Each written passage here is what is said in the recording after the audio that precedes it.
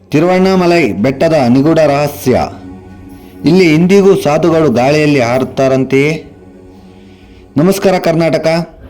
ನಾವು ವಿಜ್ಞಾನ ಯುಗದಲ್ಲಿದ್ದೇವೆ ಎಂದು ಅಂದುಕೊಂಡಿದ್ದೇವೆ.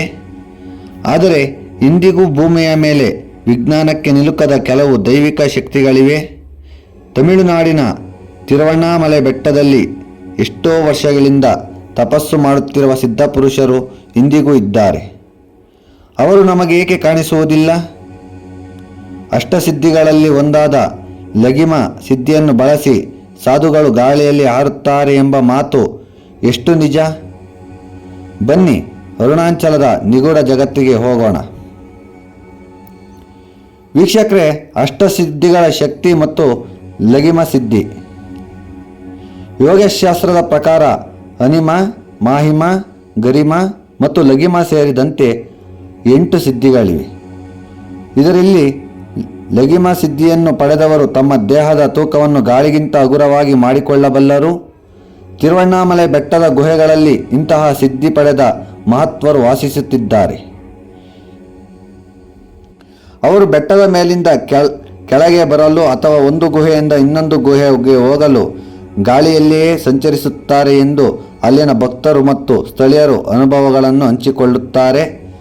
ಹಾರುವ ಸಾಧುಗಳು ಮತ್ತು ಕಣ್ಣಿಗೆ ಕಾಣದ ಸಿದ್ಧರು. ಅರುಣಾಚಲ ಬೆಟ್ಟವು ಸ್ವತಃ ಶಿವನ ರೂಪವೆಂದು ನಂಬಲಾಗಿದೆ. ಅಲ್ಲಿನ ಸಿದ್ಧಪುರುಷರು ಪ್ರಚಾರ ಬಯಸುವವರಲ್ಲ. ಅವರು ಕೇವಲ ಯೋಗ್ಯರಿಗೆ ಮಾತ್ರ ದರ್ಶನ ನೀಡುತ್ತಾರೆ.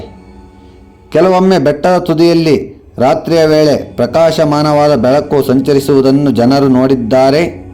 ಅದು ಹಾರುವ ಸಾಧುಗಳೇ ಅಥವಾ ದೈವಿ ಶಕ್ತಿಯೇ ಎಂಬುದು ಇಂದಿಗೂ ನಿಗೂಢ.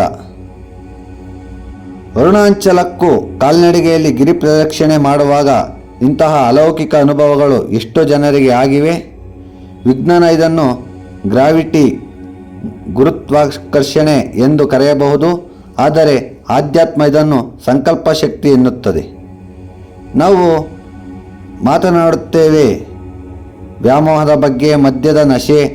ಆದರೆ ಈ ಸಾಧುಗಳು ಭಕ್ತಿಯ ನಶೆಯಲ್ಲಿದ್ದಾರೆ. ಅವರಿಗೆ ಭೌತಿಕ ದೇಹದ ಸಂಬಂಧವಿಲ್ಲ.